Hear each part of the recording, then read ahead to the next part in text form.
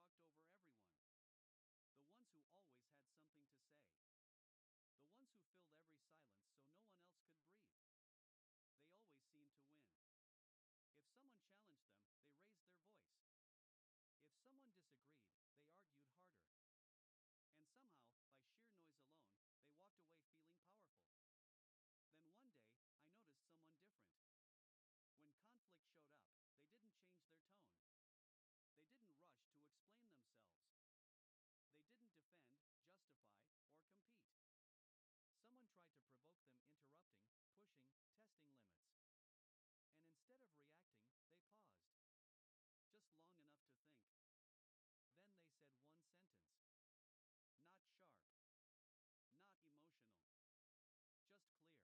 tone. They didn't rush to explain themselves. They didn't defend, justify, or compete. Someone tried to provoke them, interrupting, pushing, testing limits. And instead of reacting, they paused. Just long enough to think. Then they said one sentence. Not sharp. Not emotional. Just clear. The room changed. The person who was making all the noise suddenly had nothing to say. They shifted in their seat. Looked away. Lost their rhythm. That was the moment I realized something important. Strength isn't loud. Strength is steady. Most arguments aren't about truth. They're about control. One person wants to understand. The other wants to dominate. And the one who dominates usually does it through chaos. Interruptions, pressure, volume, speed. That's the trap. Because the moment you react automatically, the moment you raise your voice or over-explain,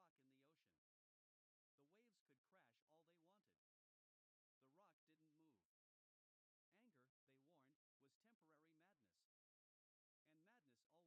the steering wheel. The Stoics understood this centuries ago. They believed real power was the ability to remain unshaken. Life would throw waves, provocations, disrespect, manipulation. But the calm mind stayed like a rock in the ocean. The waves could crash all they wanted. The rock didn't move. Anger, they warned, was temporary madness. And madness always says something it regrets. So the goal was never to win the argument. The goal was to protect your peace. To speak only when your words were useful. To respond, not react. That's where these replies come in. They're not comebacks. They're boundaries. Short sentences that quietly say, I see what you're doing, and I'm not playing. The first one is simple. Someone raises their voice. Interrupts you. Talks over you. They expect you to submit. Or explode.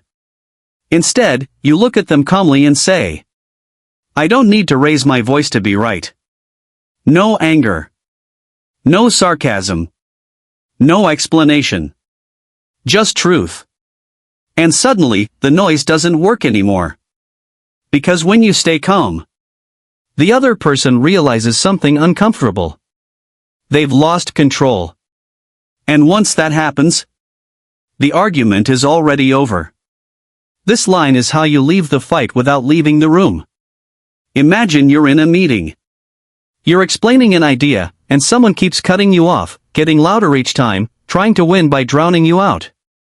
Or picture a family argument where one person turns every topic into a shouting match. They're not searching for the truth. They're trying to stay in control. You don't tense up. You don't match their energy. You pause.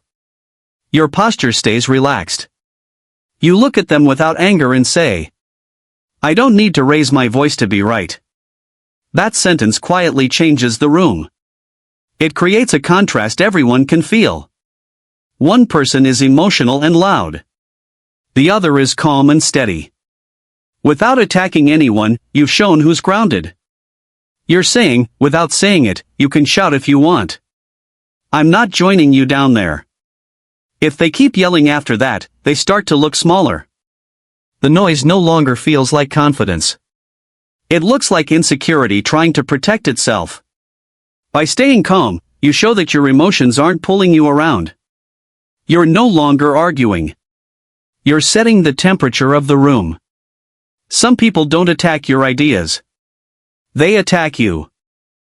They use sarcasm, mockery, and small humiliations disguised as jokes.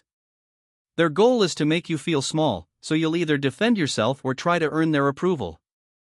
This is when you calmly say, the way you're speaking says more about you than it does about me. You're not insulting them. You're not asking them to stop. You're not trying to prove your worth. You're simply refusing to carry something that doesn't belong to you. Imagine someone throws a sharp comment at you in front of others. They want you to blush, react, or stumble. Instead, you hold their gaze and say the sentence quietly. No anger. No drama. The insult loses its power, because insults only work when you accept them. When you don't, they reveal the person who said them. You stay steady. You protect your character. You can't control what people say. But you can control what you make it mean. If you take their disrespect as proof that something is wrong with you, you suffer.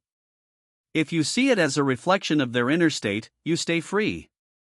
And that kind of freedom makes people uncomfortable. Before going further, pause for a moment. Pick one of these lines. Picture the next time you'll use it. See your face. Your tone. Calm. No need to win. Just control. Some conversations aren't really conversations. They're traps. The other person interrupts, twists your words, raises their voice, and pushes you to react.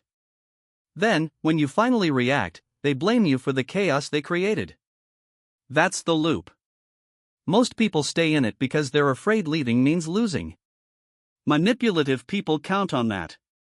You break the loop by saying, "We can talk when we can do it with respect."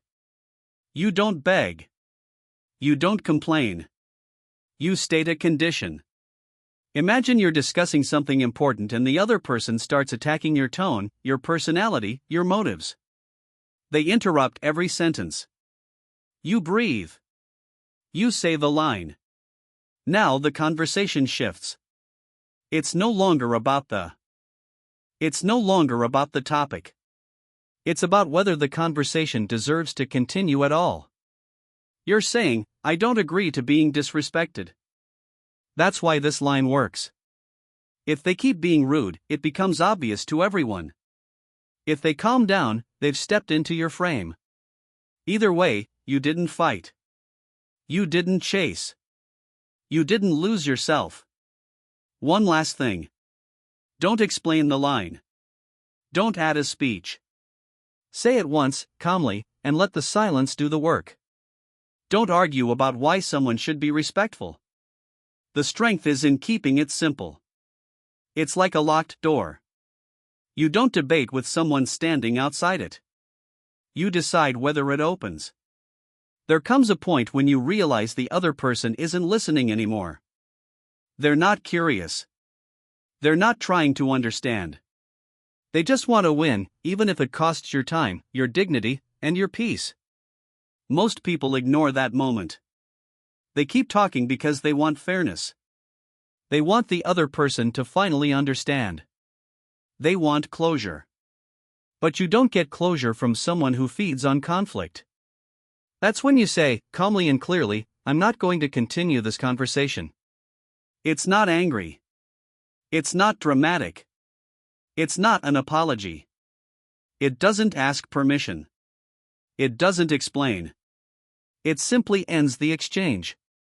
Imagine someone keeps poking you, pushing you, baiting you. You feel your patience shrinking. You feel the heat rising, and you know if you stay a little longer, you'll say something you'll regret. That's your cue. You look at them calmly. You say the line. And you disengage. Leaving a toxic exchange isn't weakness. It's choosing yourself. Your attention is valuable, and when you give it to chaos, you pay with your peace. Not every disagreement is with an enemy. Sometimes it's a friend, a coworker, or a family member. They may mean well, but they push. They insist. They pressure you to adopt their point of view. And if you don't, they treat it like disrespect. This is when you say, "That's your view. I respect it, but I don't share it." It shows you listened. It shows you're not attacking them. And it shows you're not changing your mind. Picture someone trying to convince you to make a choice you don't want to make. Or judging your decisions again and again, acting like you're wrong for not agreeing with them. You could argue forever.